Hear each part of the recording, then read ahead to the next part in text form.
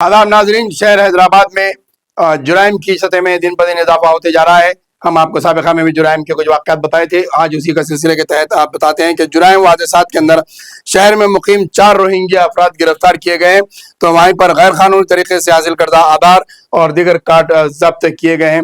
यानी कि शहर हैदराबाद में गैर कानूनी तरीके से आधार कार्ड भी बनाए जा रहे हैं और यहाँ पर रिहाइश भी पजीर है जो दूसरे दीगर रियासतों से बल्कि दीगर ममालिक से आकर भी यहाँ पर क़याम कर रहे हैं।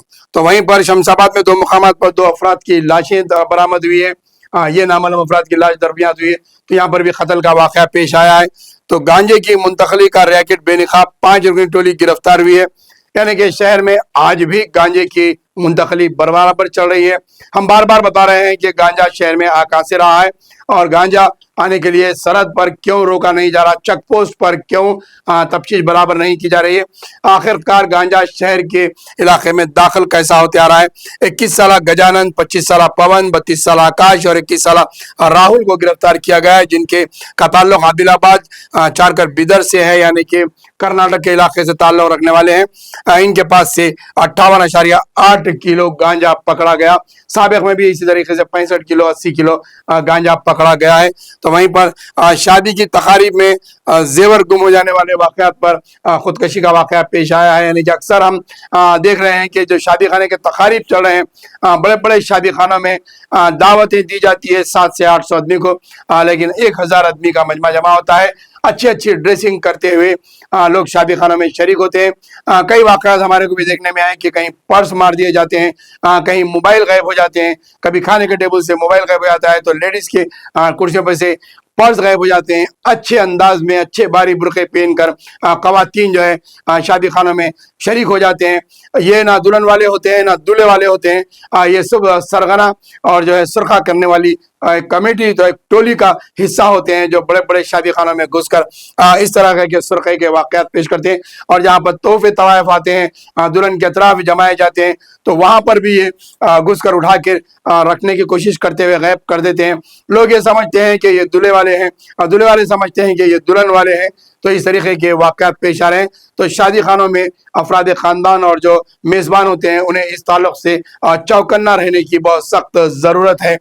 वहीं पर दूसरी शादी का झांसा देकर ज़ईफ़ शख्स को लूट लिया गया। मुहूर्त गुजर जाने के बाद दूल्हा पहुंचा पुलिस स्टेशन, मुकदमा दर्ज हुआ। ये भी एक बहुत ज़्यादातर वाक़यात शहर में पेश आ रहे हैं, जहाँ पर खुला हो जा रहा है और जहाँ पे ज़ईफ़ शख्स जिनके बच्चे बैरूनी ममालिक में मौजूद हैं, सिर्फ माँ बाप यहाँ पर मौजूद होते हैं, उसके बाद उनकी वालदा का इंतकाल हो जाता है, ज़ईफ़ बाप अकेले हो जाते हैं, उनकी निगरानी के लिए उनकी देखभाल के लिए कोई नहीं होता है।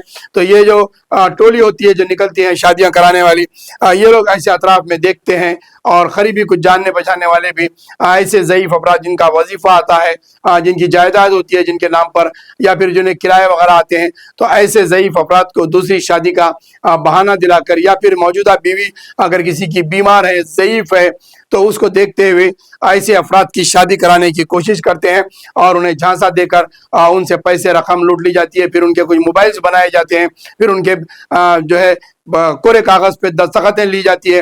इस किस्म का समाजी क्राइम जो है शहर में बढ़ते जा रहा है और ज़ईफ़ अफराद इसकी शिकार बन रहे हैं।